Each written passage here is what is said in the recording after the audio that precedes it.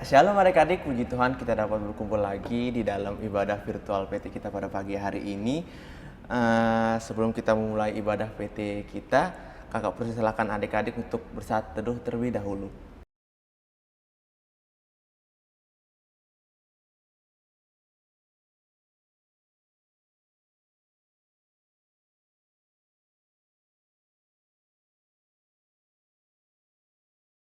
Ya adik-adik, jika sudah bersaat teduh, kakak mengundang adik-adik untuk berdiri karena kita akan menyanyikan Mars PT kita.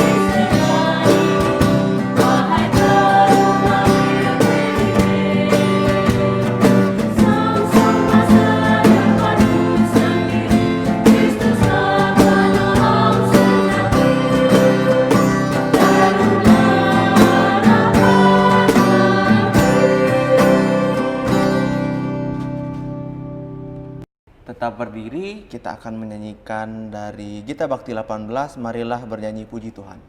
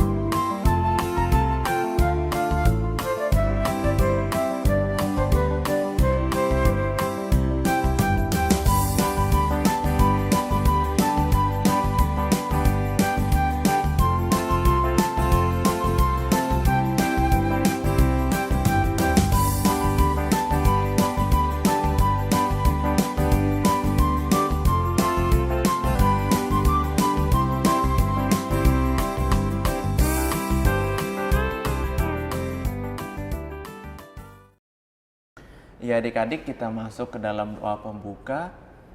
Mari kita satu dalam doa. Bapa yang baik, Bapa yang bertata dalam kerajaan surga, terima kasih Tuhan. Tuhan telah membangunkan anak-anak-Mu di pagi yang indah dan cerah ini. Anak-anak-Mu ini akan memulai ibadah PT virtual pada pagi hari ini. Tuhan, kiranya Tuhan Yesus berkati mereka dari awal, pertengahan hingga pada akhirnya. Inilah doa kami Tuhan, dalam nama Tuhan Yesus kami berdoa mengucap syukur. Amin. Ya adik-adik, kita masuk dalam Mazmur pujian kita yang terambil dari Mazmur 3 ayat 1 sampainya yang ke-9. Kakak ulangi, Mazmur 3 ayat 1 sampai yang ke-9. Di bawah perikop nyanyian pagi dalam menghadapi musuh. Mazmur Daud, ketika ia lari dari Absalom anaknya, ya Tuhan, betapa banyaknya lawanku, banyak orang yang bangkit menyerang aku, banyak orang yang berkata tentang aku, baginya tidak ada pertolongan daripada Allah. Tetapi Engkau Tuhan adalah perisai yang melindungi aku. Engkaulah kemuliaanku dan yang mengangkat kepalaku. Dengan nyaring aku berseru kepada Tuhan, dan Ia menjawab aku dari gunung-Nya yang kudus. Aku membaringkan diri lalu tidur, aku bangun sebab Tuhan menopang aku. Aku tidak takut kepada puluhan ribu orang yang siap mengepung aku. Bangkitlah Tuhan, tolonglah aku ya Allahku. Ya Engkau telah memukul rahang semua musuhku dan mematahkan gigi orang-orang fasik. Dari Tuhan datang pertolonganmu, berkat-Mu atas umat-Mu. Ya adik-adik, kakak persilahkan duduk kembali. Sebelum kita masuk ke dalam pelayanan firman Tuhan, kita akan menyanyikan lagu dari Gita Bakti 50 Perubahan Ajaib.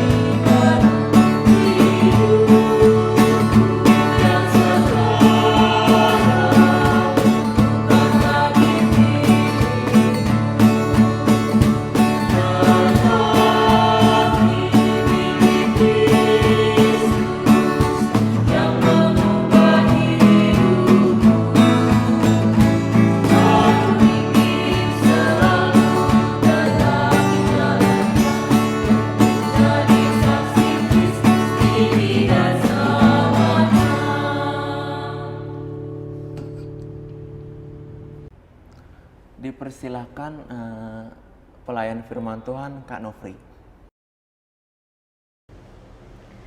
Shalom, selamat hari Minggu adik-adik semua. Kita berjumpa kembali pada saat ini dan Kak Nofri mengharapkan adik-adik semua dalam keadaan sehat, tidak kekurangan suatu apapun juga.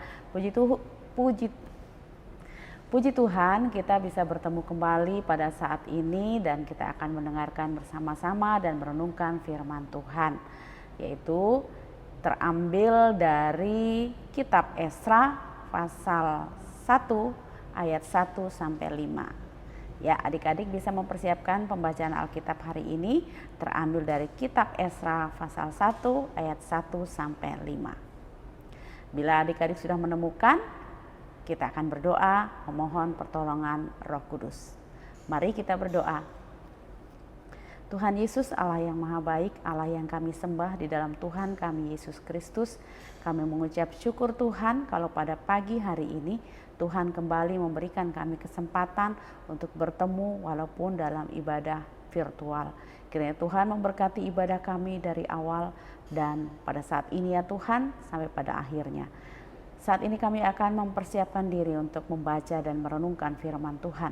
Kiranya Tuhan memberkati agar ibadah ini dan perenungan firman Tuhan kali ini seturut dengan kehendak Tuhan. Apa yang akan Tuhan sampaikan melalui firman ini dapat kami sampaikan dengan baik kepada adik-adik klien. Demikian juga adik-adik dapat mengikutinya dengan baik dan memahami pemberitaan firman Tuhan hari ini. Berfirmanlah ya Tuhan, kami siap untuk mendengarkan. Amin. Baiklah adik-adik, kita akan membaca firman Tuhan. Kak Nofri undang adik-adik untuk bangkit berdiri. Pembacaan firman Tuhan hari ini terambil dari kitab Esra pasal 1 ayat 1 sampai 5. Demikian firman Tuhan. Koresi mengizinkan orang-orang buangan pulang ke negerinya. Pada tahun pertama zaman Koresi, Raja Persia, Tuhan menggerakkan hati Koresi, Raja Persia itu untuk menggenapkan firman yang diucapkan oleh Yeremia, sehingga disiarkan di seluruh kerajaan Koresi secara lisan dan tulisan dari pengumuman ini. Beginilah perintah Koresi, Raja Persia, segala kerajaan di bumi telah dikaruniakan kepadaku oleh Tuhan, Allah semesta langit. Ia menugaskan aku untuk mendirikan rumah baginya di Yerusalem yang terletak di Yehuda. Siapa di antara kamu termasuk umatnya, Allahnya menyertainya. Biarlah ia berangkat pulang ke Yerusalem yang terletak di Yehuda dan mendirikan rumah Tuhan Allah Israel, yakni Allah yang diam di Yerusalem. Dan setiap orang yang tertinggal dimanapun ia ada sebagai pendatang harus disokong oleh penduduk setempat dengan perak dan emas, harta benda dan ternak, di samping persembahan sukarela bagi rumah Allah yang ada di Yerusalem. Maka berkemaslah kepala-kepala kaum keluarga orang Yehuda dan orang Binyamin, serta para imam dan orang-orang Lewi, yakni setiap orang yang hatinya digerakkan Allah untuk berangkat pulang dan mendirikan rumah Tuhan yang ada di Yerusalem. Demikian pembacaan firman Tuhan. Adik-adik dipersilakan duduk kembali. Adik-adik, pada hari ini kita membaca tentang Esra. Nah, tema pada pagi hari ini yaitu janji dan harapan raihlah. Adik-adik, kalau kita melihat dari konteks firman Tuhan hari ini, yaitu tentang janji Raja Kores kepada bangsa Israel. Adik-adik, sebelumnya kita akan melihat dulu latar belakang dari penulisan kitab Esra. Kitab Esra ini sesuai dengan nama penulisnya adik-adik ditulis oleh Nabi Esra sendiri yang ditulis sekitar 330 tahun sebelum Masehi dan merupakan bagian dari kitab Tawarik dan juga kitab Nehemia. Dan kitab ini juga menceritakan tentang pemulihan bangsa Israel yang diizinkan pulang ke tanah perjanjian mereka yaitu Yerusalem dan boleh membangun kembali bait Allah di Yerusalem. Nah, mungkin adik-adik masih ingat ya, pada tahun 562 sebelum Masehi itu Raja Babel pernah menguasai bangsa Israel.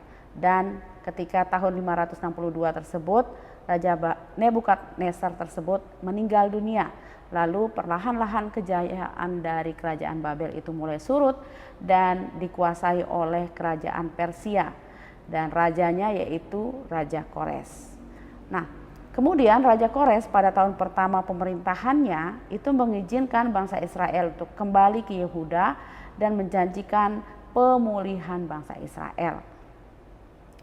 Kemudian selain itu juga Raja Kores sendiri mempercayakan kepemimpinan bangsa Israel kepada Esra. Jadi ia dipercaya untuk memimpin bangsa Israel pulang kembali ke Yerusalem.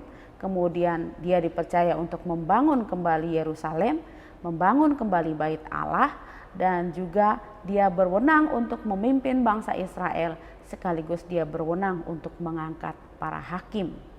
Nah, itu luar biasa ya kepercayaan dari seorang raja yang notabene adalah seorang penjajah kepada warga jajahannya. Nah, adik-adik, kepercayaan yang diberikan dan kesempatan yang diberikan kepada Esra tidak disia-siakan. Esra segera memberikan pengumuman tersebut kepada seluruh bangsa Israel. Lalu bangsa Israel juga dengan sangat bergembira karena rindu tanah air mereka yang sudah lama ditinggalkan. Mereka segera bersiap-siap berkemas untuk pulang kembali ke tanah Israel yaitu ke Yerusalem. Selain itu juga mereka dengan sukacita karena apa? Karena mereka diizinkan untuk kembali membangun bait Allah. Nah, adik-adik, respon dari bangsa Israel ini luar biasa. Karena apa? Karena bangsa Israel sendiri sudah bercita-cita yaitu ingin hidup di tanah perjanjian yang diberikan oleh Tuhan dan juga hidup seturut dengan Taurat Tuhan. Akhirnya mereka pun diberikan kesempatan untuk pulang kembali ke Israel atau ke Yerusalem tepatnya. Nah, sekarang kita akan melihat adik-adik bagaimana pemahaman dari tiap-tiap ayat yang kita baca. Kalau tadi pada ayat pertama itu intinya adalah Raja Kores sendiri, Raja Koresi mengumumkan kepada seluruh bangsa Israel berupa pengumuman secara lisan maupun juga secara tertulis ya tentang janji yang diberikan oleh Tuhan kepada bangsa Israel melalui Nabi Yeremia pada saat itu. Lalu di ayat kedua dan sampai pada ayat keempat itu isinya adalah mengizinkan umat Israel untuk membangun rumah Tuhan di Yehuda. Yang kedua, menyuruh penduduk untuk menopang umat Israel. Penduduk yang dimaksud di sini adalah penduduk Persia sendiri, adik-adik ya. Jadi luar biasa pertolongan Tuhan, luar biasa Tuhan memakai Raja Koresi ini untuk menolong bangsa Israel. Kemudian mereka juga disuruh menyumbang ya, menopang kehidupan bangsa Israel, menyumbang berupa emas, perak, kemudian juga berupa persembahan sukarela, ada juga berupa ternak dan hasil pertanian, ya. Jadi mereka sangat-sangat antusias untuk membantu bangsa Israel keluar dari tanah Persia tersebut untuk kembali ke Yerusalem. Kemudian bagaimana dengan ayat yang kelima?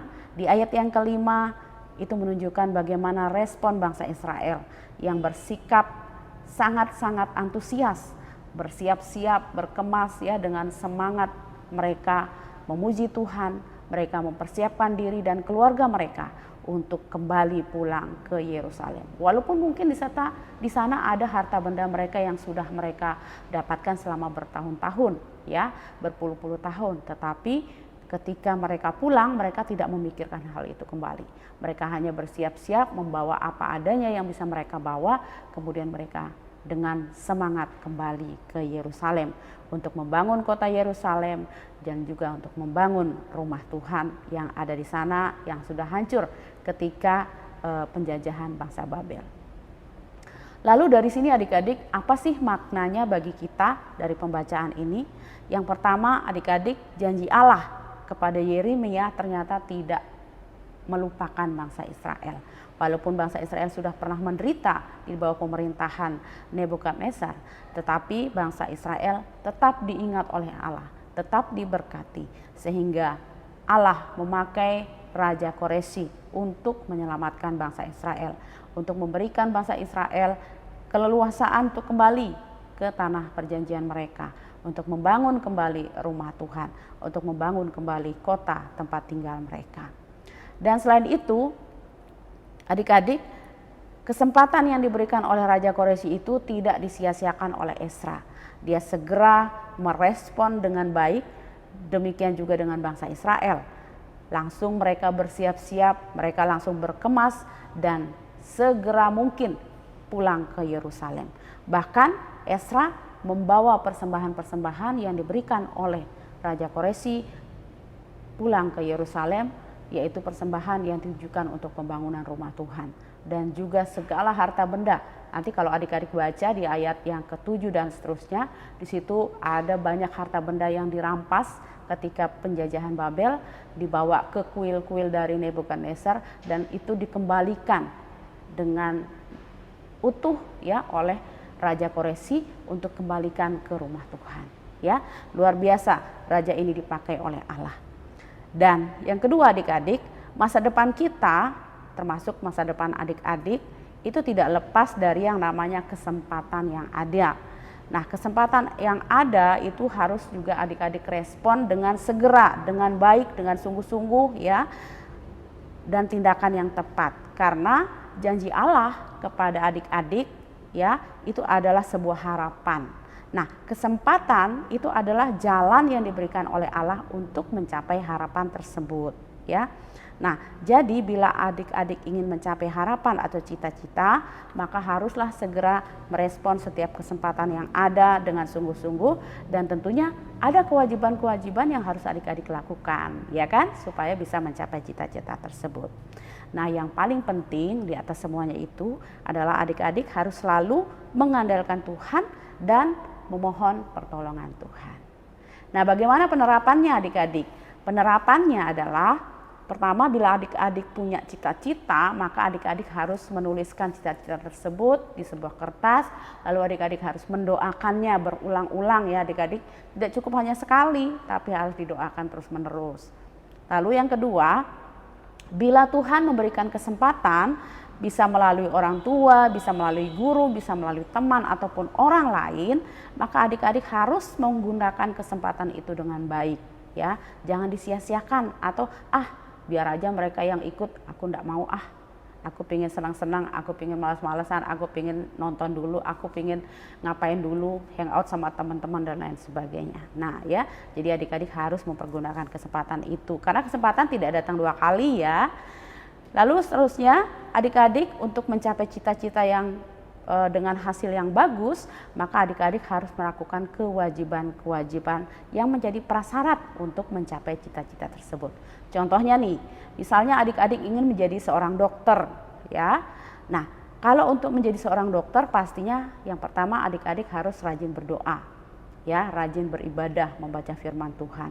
Lalu adik-adik yang pasti harus belajar, rajin belajar. Kemudian adik-adik selain itu juga mempersiapkan diri sedini mungkin dari mulai SD, SMP, SMA, nilai matematika, nilai sains, nilai bahasa Inggris adik-adik itu harus bagus, minimal nilainya 85, ya. Kemudian adik-adik juga harus rajin mengikuti kursus, les atau lomba-lomba, misalnya aja nih olimpiade matematika, olimpiade sains, ya. Kemudian lomba karya tulis ilmiah dan lain sebagainya. Itu menjadi satu kewajiban, artinya itu adalah memupuk kita, mendidik kita untuk bisa survive, ya, untuk bisa berkompetisi dengan baik. Lalu selanjutnya ketika di SMA adik-adik mungkin bisa mengikuti kursus atau bimbel atau tryout yang diadakan untuk masuk pada perguruan tinggi yang adik-adik cita-citakan.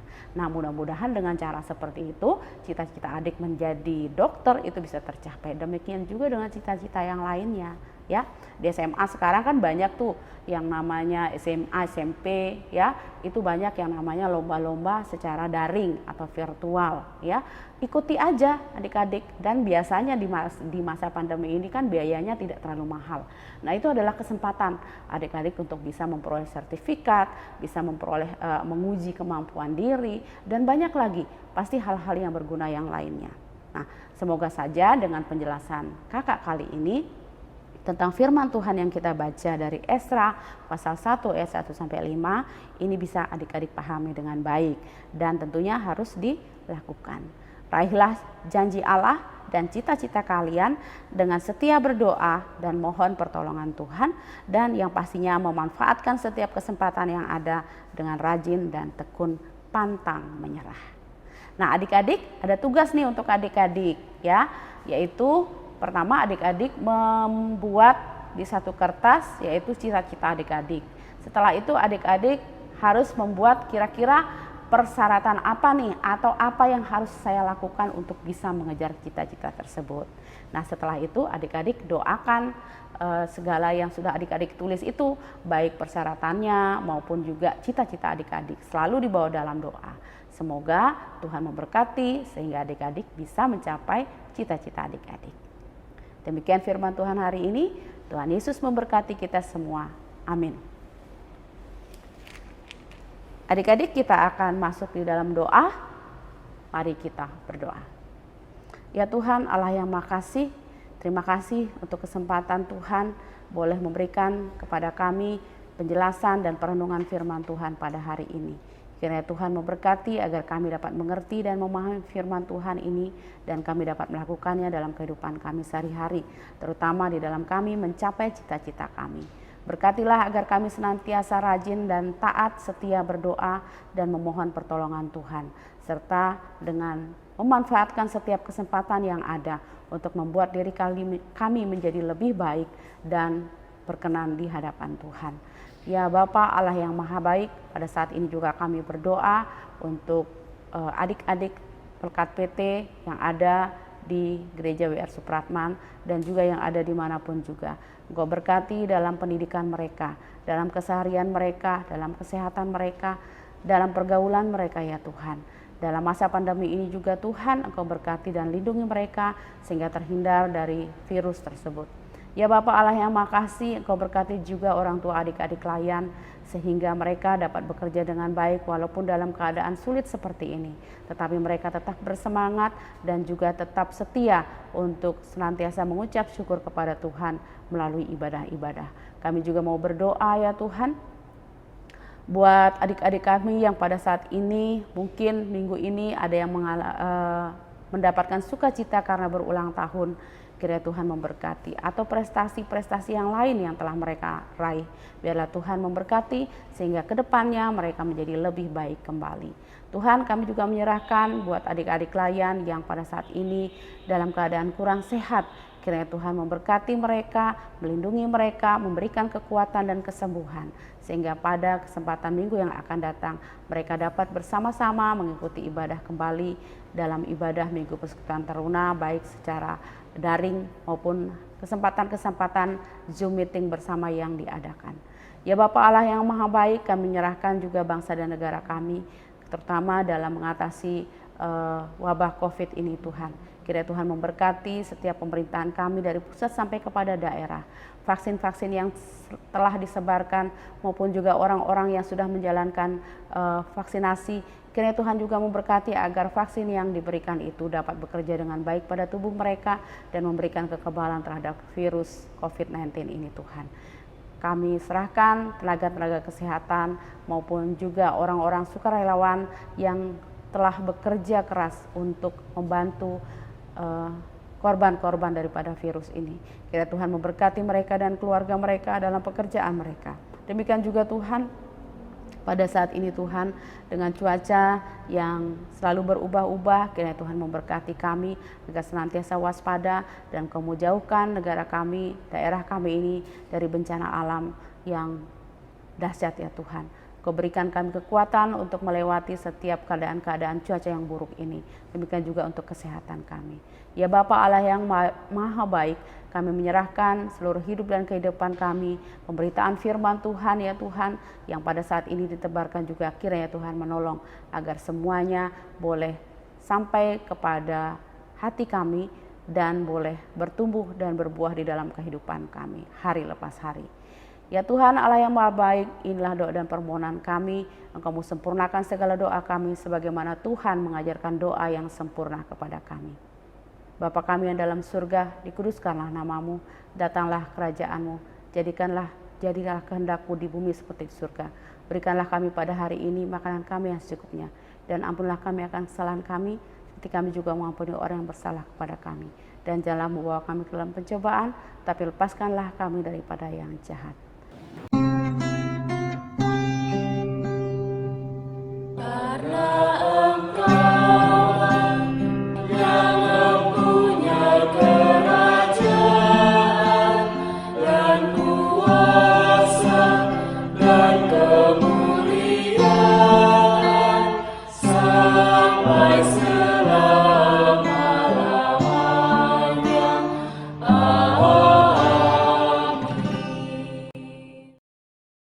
Adik-adik, kita masuk ke dalam persembahan. Kita akan menyanyikan lagu dari Gita Bakti 78, Yesus Kristus Sumber Hidup.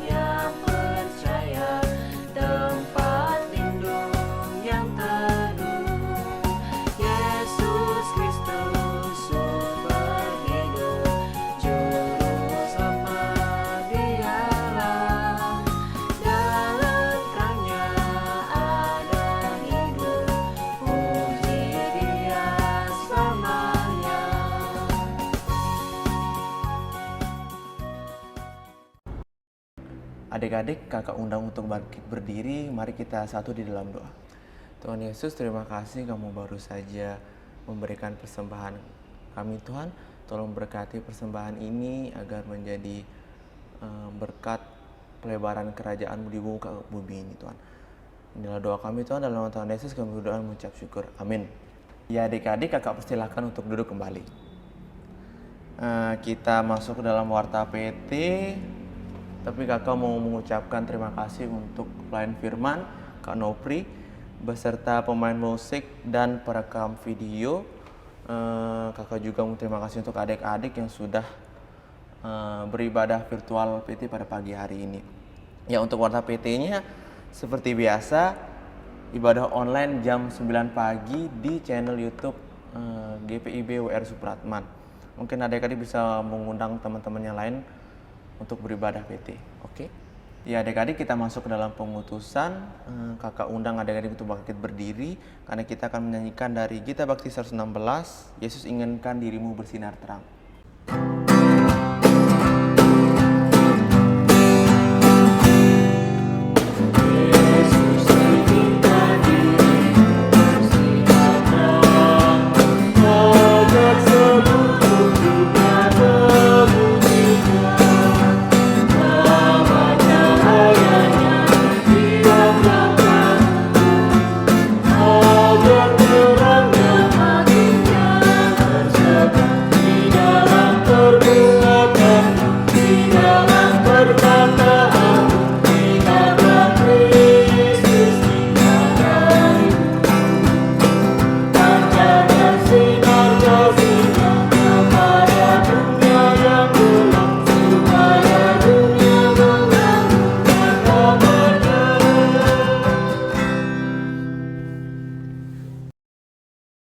Untuk doa berkat dipersilahkan untuk pelayan firman. Adik-adik, kita akan pulang dan kita akan memberitakan firman Tuhan yang telah kita dengar hari ini dalam kehidupan kita sehari-hari, dan terimalah berkat Tuhan. Tuhan memberkati engkau dan melindungi engkau. Tuhan menyinari engkau dengan wajah-Nya dan memberikan engkau kasih karunia. Tuhan menghadapkan wajah-Nya kepadamu dan memberikan engkau damai sejahtera dari sekarang sampai selama-lamanya.